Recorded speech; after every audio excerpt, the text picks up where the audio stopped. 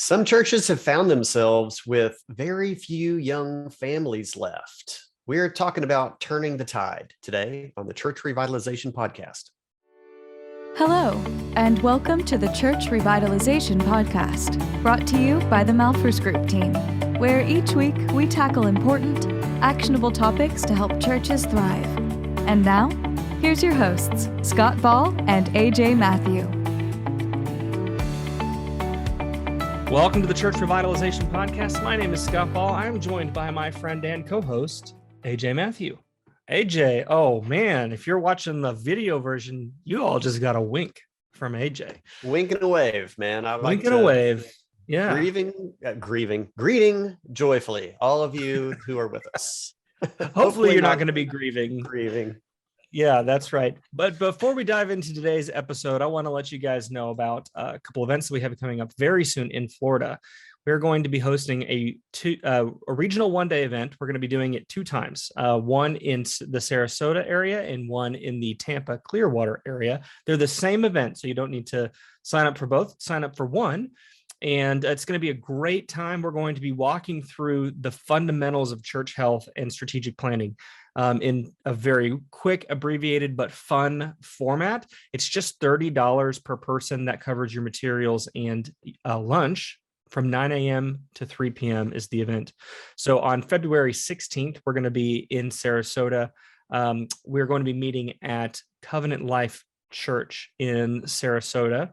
And on February 17th, we're going to be in the Tampa Clearwater area at the Church Experience campus in Dunedin, Florida. So again, it's $30 a person. Great event to take your staff to, or your elders, or your board, or just yourself. And a great time to connect with us in person. AJ and I will both be there. And looking forward to meeting you there and having you sign up. So go to malphursgroup.com/events and get all the details there. Sign up. You're not going to want to miss it. It's going to be a lot of fun. And even if you live like a little bit further away, you live in Orlando, you live in Jacksonville, you live in St. Petersburg, you live in Fort Lauderdale. Hey, we've got some Miami folks signed up. So yeah, they're road hop in that car. Yeah. Yeah. It doesn't start till 9 in the morning. So you can come in the night before. Or you could, if you live close enough to kind of get up early and hit the road early, start at 9, done at 3. You got the 15 passenger church van. Hey, bring a crowd. That's right. That's right. Gonna be a lot of fun. And last thing before we kind of hop into the episode, if you think, wow, regional one-day event in Florida, that would be fun, but it's all the way in Florida, and I wish there was one closer to where I live. Go to malphursgroup.com/events. There's a form at the bottom, and you can learn more about how you could host an event for free in your location. So go to malphursgroup.com/events. Sign up for the Florida events, or if you would be interested in hosting an event, can get the details there as well. That'd be fun. Would love to do that. All right. Enough of that. Let's talk about growing young. You know, AJ, I think I want to start with this question. Does every church need to grow young? Is this an every church thing or a some church thing, or who is this really for? That is a good question. The answer is no. Not every church needs to grow young. But we do find frequently declining churches are also aging churches. But really, this episode is more so about those churches. It's a church that has kind of found themselves where, younger people, families are just not really there anymore, and you're an older congregation. Now, there are times then still, and Scott, we've recently been working with a church that is it's in more of a retirement area, and it would not be something to expect to have younger families at. It's just, that's not their demographic, and they do very well as a church of retired people and senior citizens. So no, this is 100% across the board is not the case that every church needs to get younger. However, in most cases, just a diverse population center where a church is located, it would be good to have a mix of generations, to reach those generations for Christ and to establish and solidify, a long-term life for the church. The legacy of the church would continue on for decades. Yeah, I think maybe a good way of thinking about this, or just a handy, easy way of thinking about it, is that your church should reflect the community that you're in. Yeah. So, and that's not just speaking about age. That should also maybe speak about diversity of folks. So if you look around and your neighborhood is a diverse place, but you look around on a Sunday morning and everybody looks the same, and and I mean that socioeconomically, I mean that, in terms of ethnicity and race, all across the board. If you look at your church and go, wow, we look nothing like our community, that might be an indicator that you aren't reaching your community. Yeah, right. Now, even that, Dr. Malphurs refers to defining your community as sort of soft boundaries, and you can't put a pinpoint on a map and draw a perfect radius and say, here's our boundaries. It's going to be just weirdly shaped, depending on where you are and the makeup of your city, or how rural or how urban you are, might, affect how big that radius might be. But yeah, defining who your community is, what your abilities to reach people are, all plays into, asking the question of who is near us, who has God sovereignly placed us here to reach. Right. And that's kind of a fundamental question to be asking first. Right. We could spend a whole episode just talking about that, but just as a baseline, we're going to make some assumptions for the purposes of this episode. We're going to assume that you have done a little bit of this work in thinking about who are we trying to reach, and you've come to the conclusion that as we look at our community and we look at the demographics of our church, there's a mismatch here, particularly as it relates to age. And we're realizing that we have an aging congregation, and we're not going to survive as a congregation if we don't start to reach the next generation, start to reach families. And so that's not going to be every church, but if it's your church, this episode is for you. Yeah, let me also say this: to be careful not to begin thinking through the lens of perceived absolutes, like young families are leaving. There's no kids here. They grow up, they move away. These kinds of things. These are, these can even be maybe tricks by the enemy to keep your church, from reaching out. And those absolutes are almost never true. There's elements of truth, probably, depending on where you are, how that might be. But if your perception is there's nobody here, that's probably not true. And you need to kind of wipe that slate clean and take a fresh look at really what's going on in your city. Who does live there? What are their needs? And what can you do as a church to reach them? Again, probably a whole other episode on that. But I hear that from time to time. People kind of thinking, oh, this is the way it is. It's pointless, and it's not. That's true. All right. So if we do want to start reaching the next generation, we do want to start growing young, what exactly is it going to take for that to happen? So let's start there. Yeah. So we're going to talk about kind of 3 optimizations today, but let me talk about 3 other sort of overall components to this that we have to have. First of all, we've got to have a church that desires to change and be different. We've got to have the strategy or the framework for that change. And then we've got to have leadership that and a commitment by the church to lead through the problems that are going to come up and follow through with these changes that the church wants to make.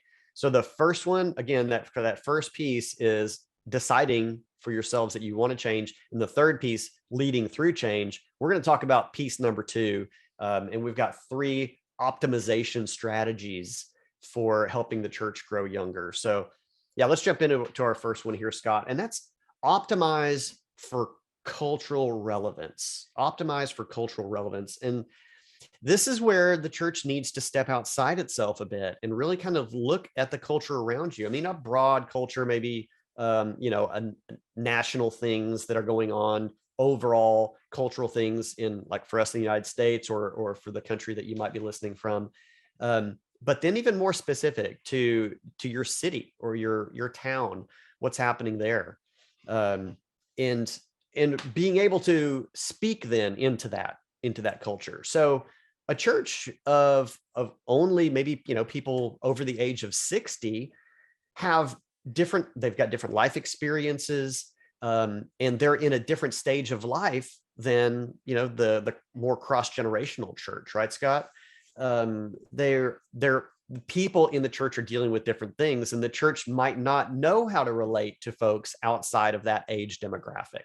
And so these are the things that we need to consider in how are we going to reach people that we don't really relate to at the moment. Yeah. It's, I think, difficult because the idea or the concept or the term even cultural relevance can be, I think, triggering almost for some yeah, folks. that's true. They hear that and they're thinking, all right, when are you rolling the fog machines into my church? Yeah. And if that's where your brain went, then you're missing what we're talking about. Mm-hmm. What we want you to do is to pretend, and I may have talked about this on the podcast before, but it's been a long time, I'd say, if I have at all. Imagine that your church building, your campus, got picked up and then set down in, I don't know, let's say Tanzania. Okay. You would immediately, and this was God ordained, and this miraculous thing happened. And now you and all your folks find yourself in Tanzania in your exact same church building. Well, then now this is where you're at. And so then you'd start thinking like, we're in Tanzania now. What are the needs of the folks that are here? And what is their lifestyle like? What are their questions about God? What are their misconceptions about God? What is the language that they speak? What all of these things you would be asking if you were going to have a church in Tanzania. And what has happened is our culture has changed so dramatically, AJ, especially in the last 10 or 15 years, that you really need to think as if your church building, even though it has not physically moved, it's like it's in a whole nother country. Mm-hmm. And for those of you who are listening, that you think, where'd my country go? And so oftentimes in aging congregations, AJ, people view their church building as a shelter from that change, as like as a time capsule that they can walk into every Sunday morning, rather than seeing it as the mission launching, missionary developing agency that it ought to be. Mm-hmm. And so it's optimizing for cultural relevance isn't about becoming cool church. It's about becoming missionaries in your city. Yeah, and that's right. Applying that lens to everything that you're doing. And that may or may not have implications for your music. I'm not saying that it will. I don't know. That's not the point, though. If you immediately went there, you've completely missed the mark. It's about turning your church into a missionary organization, reaching the people who live in your neighborhood. That was a long answer. I'm sorry. No, I think that's great. I think the analogy is great. It probably, I bet it really hits home kind of the same but opposite analogy really is probably where a lot of people would feel themselves. Like you said, imagine your church is still in the same exact place, but all of a sudden an entirely different country was plopped down around you.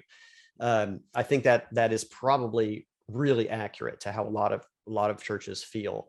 And gosh, look how much time it took for that to happen. So the change won't be overnight for sure. But even before we got on the air, Scott, you said, churches need to look at this as if like a missionary would prepare themselves for the mission field that they're going to. They would begin studying the culture.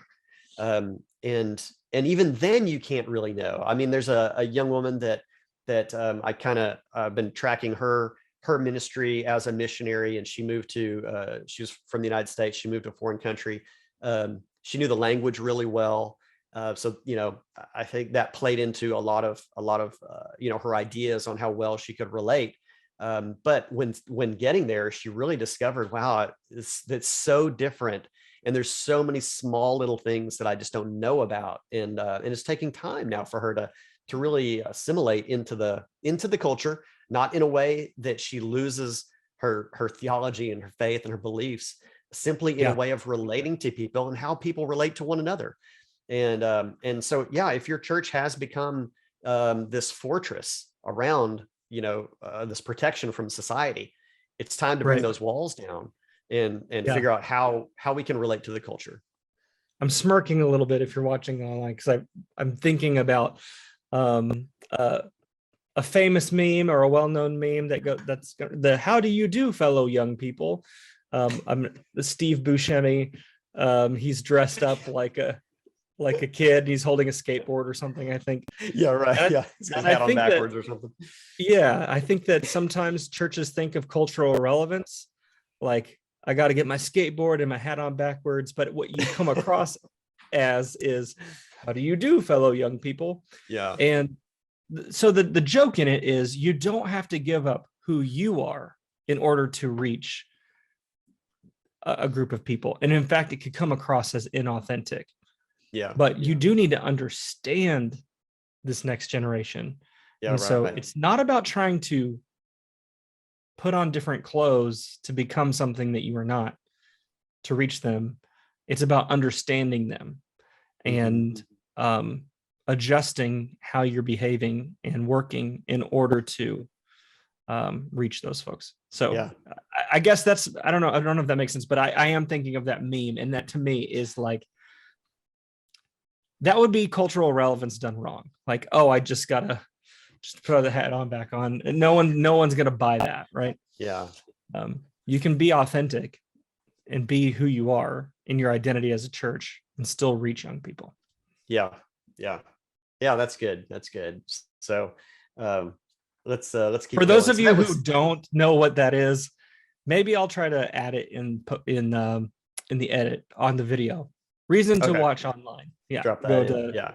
Or maybe Molly can drop that in on the article. Maybe that could be the podcast graphic with that. Yeah.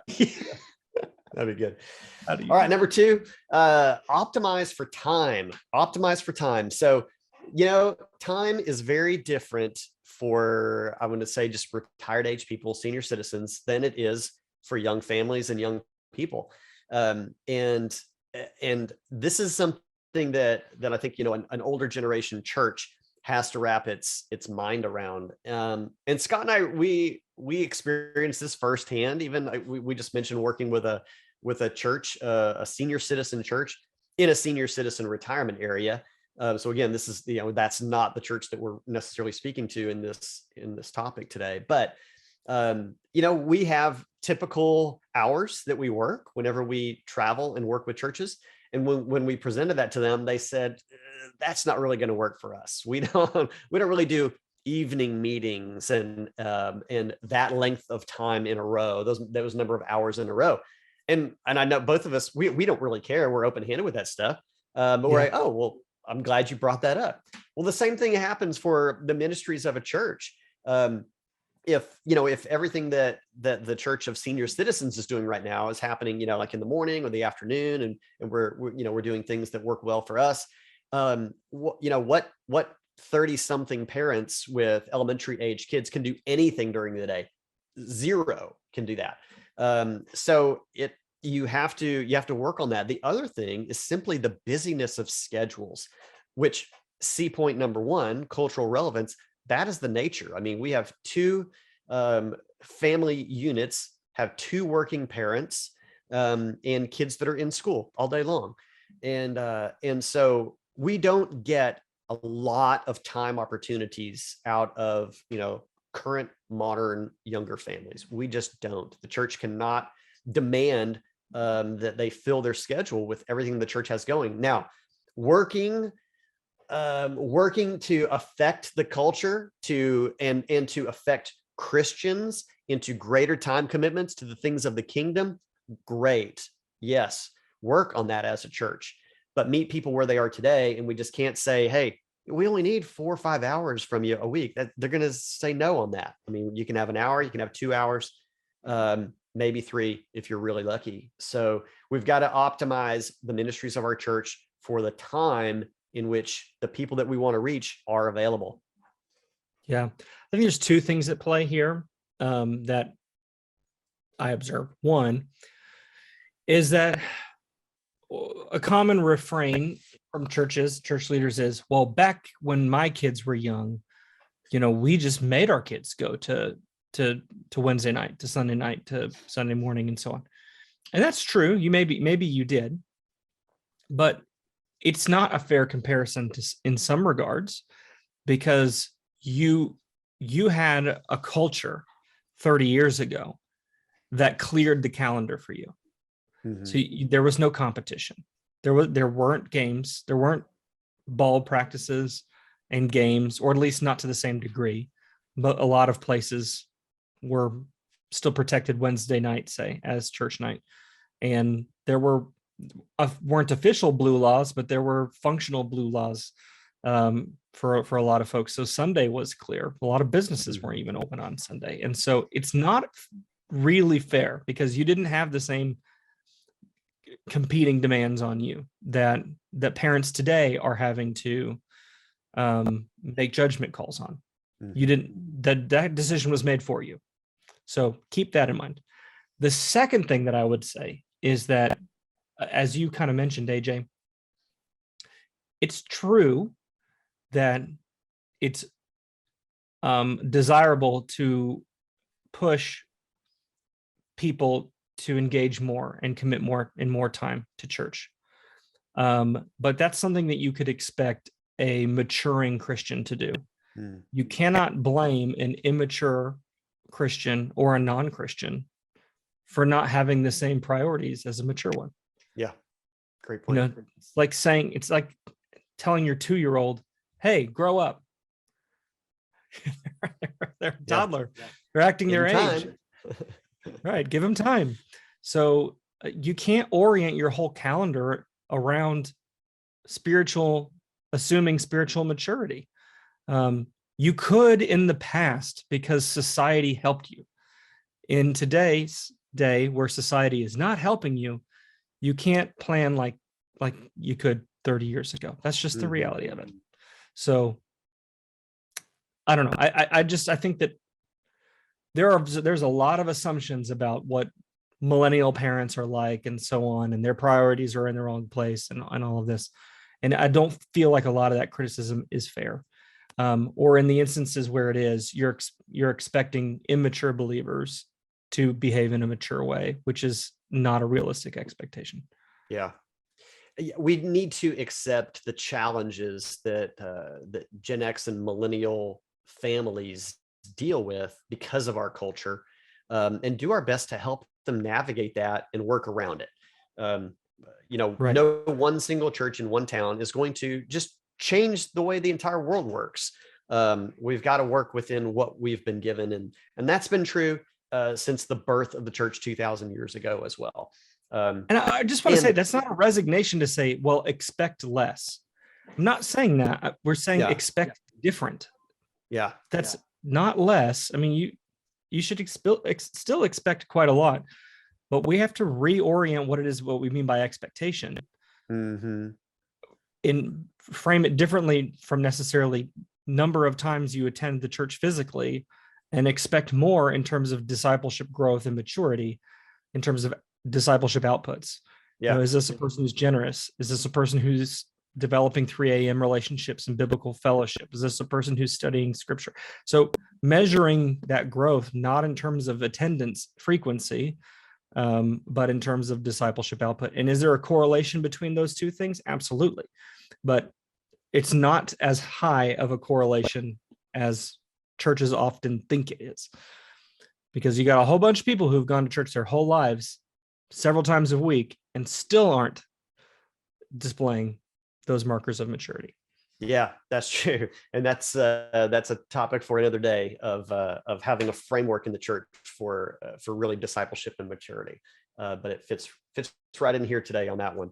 So we talked about optimizing for cultural relevance, optimizing for time. And our third point today is optimizing for really youth kids, students, all, any non-adult, optimizing for non-adults. How about that? That's the term I'll use.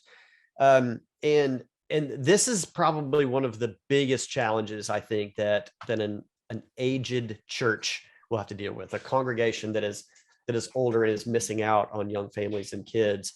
A lot of churches have the remnants of youth spaces or nursery, kids classrooms, things like that, that they may or may not even need to turn the lights on anymore on Sunday for. So a lot of times physical space for kids and youth is not necessarily the problem. It's the fact that the kids aren't there and the leadership's not there for it. And so this is very, very tough to overcome. Very tough to overcome. We're not trying to make this sound like it's just a quick fix, but bringing somebody in that can begin to lead something like that, whether it's one kid or 3 or 7, is probably going to be one of the linchpins in really making that work. And so, moving into some younger leadership, either somebody that's in the church that could be elevated, or maybe hiring from the outside. And of course, that would not be a full-time job to start, is going to be important in this. You have to start somewhere. And there has to be, a catalyst for that to begin, some kind of inflection point for that change to happen. And it probably will come through a leader that will step up or come in and say, all right, let's build this thing from scratch again. Yeah, definitely. We've had this conversation as it relates to diversity with ethnicity or race. Like, if you say, hey, we want to have a church that reflects heaven and is more multi-ethnic. Well, you can't everyone sitting in leadership, whether that be staff leadership or even just volunteer lay leadership, if everyone looks the same, then you can't say we care about this, because you elevate what you care about. And so if you say, hey, we want to reach young families, you're going to have to elevate some young leaders. Are there going to be risks associated with that? Sure. Yeah. Is it going to require being open-handed about some things? Yep, for sure. But was one of the prerequisites that AJ mentioned at the beginning of this episode. So it's going to take, if you want to optimize for young families, you're going to have to bring in some young families. And if you don't have them in the church right now, you're going to have to import them in some other way. And so one option, if you're a church that's basically on life support at this point, you're down to maybe just a handful of folks, or 15, 20 people, 30 people, something like that. And you think, man, I don't even know where to start. A church in Jacksonville that I worked with a few years ago, a church plant, so mostly younger folks in this particular church plant. One thing they didn't have a lot of was resources or a facility. They were renting a facility. And so a church that had dwindled to just a few elderly folks, invited them to start using their facility. So just partnered up, still at that point, at least 2 different churches, but letting them use the facility. And that at least got younger families in the room in the same building with them, and they could start rubbing shoulders and connecting. And it's been some time, but over time, they've now merged. They're just one church, and it's the church plant that is because they had 300 or 400 people a part of that congregation. But those other folks are still part of that church. So now they were a young church, and now they're a multi-generational church. And they've incorporated some of that leadership into their structure. So, that's a drastic option, I think, AJ, that might be on the extreme end. But if you've still got critical mass and you just want to grow younger, start by elevating some of those folks. One thing, AJ, sorry, I know I've been talking a lot. One thing I want to mention is a mistake I've seen in a couple of churches. AJ, I think you've seen this in some places, is that churches that are in decline plan their children's ministry around specific children or family they think might be there. So on the weeks that those families are out of town or whatever, they just don't offer children's ministry. Yeah. And so they're not even prepared for a family. Mm-hmm. And that's a mistake. There is a little bit of an if you build it, they will come thing going on, that you really need to be prepared for families every week, even if you're not sure that there will be families every week. And if nothing else, it's a mindset shift, thinking that there could be kids, there could be family, and you can be prepared. Yeah, that's right. Just like whether it's been 6 months since you've had a guest, welcome guests every week. Right. Because on the Sunday that somebody walks in, you don't want to pretend like you've never had a guest before. So yeah, absolutely. Be ready for those kids and make that known as well. I mean, have that out there. So that's great. You know what? I'm going to throw down a bonus point for here as well. Going back to the top of the show. I mean, I talked about that, first there has to be a desire in the church for this. There really does. I mean, it's kind of an all hands on deck thing. If you're a small church that has just gotten to be up in years, you've got to desire it. And so bonus point number 4 here is be praying about this in earnest. Ask the Lord for this to happen for your church. Ask him to open opportunities for you. Maybe like Scott talked about, coming alongside another congregation that is younger and that you could be an asset to. And then it could be in return a blessing back to you. But be praying about how you could connect with your city. Be praying about how a leader could come into focus for you. They could launch out a new ministry. And I mean, I personally believe that that the Lord will answer those prayers. And so, ask the Lord to raise this up for you. And I think that'd be a great place to start. So hope this was helpful today. We see this more and more. So I know you're out there listening and watching, or if you know a pastor like this that you don't know if he's connected with the Malfers Group at all, like on our mailing list or anything like that, share that with a pastor maybe that that might be in this situation, or other church leaders or members that maybe this could be an encouragement to. We would love to get to know them because that's our heart, is to help any church that wants to go on until Jesus comes back in fruitful ministry. We want to come alongside them and help them. So today's article is available over on malfersgroup.com/126. That's today's episode number. And definitely check us out on YouTube as well. If you're listening, we've got a video version of this. And over there on YouTube, in the video description down below, I'm going to have some discussion questions for your team to kind of talk through, where are we at as a church? And are we ready to grow younger or not? Scott, thank you. Just call me Staccato. Not a nickname of mine. No. But it could be. Bring that on. Yeah. We'll have to see how that plays. I just want to say malfersgroup.com/events. So join us in Sarasota or in Clearwater, Tampa, Dunedin area on February 16th or 17th. Get all the details there. And we'll be back next week with another great episode of the Church Revitalization Podcast. See you next week.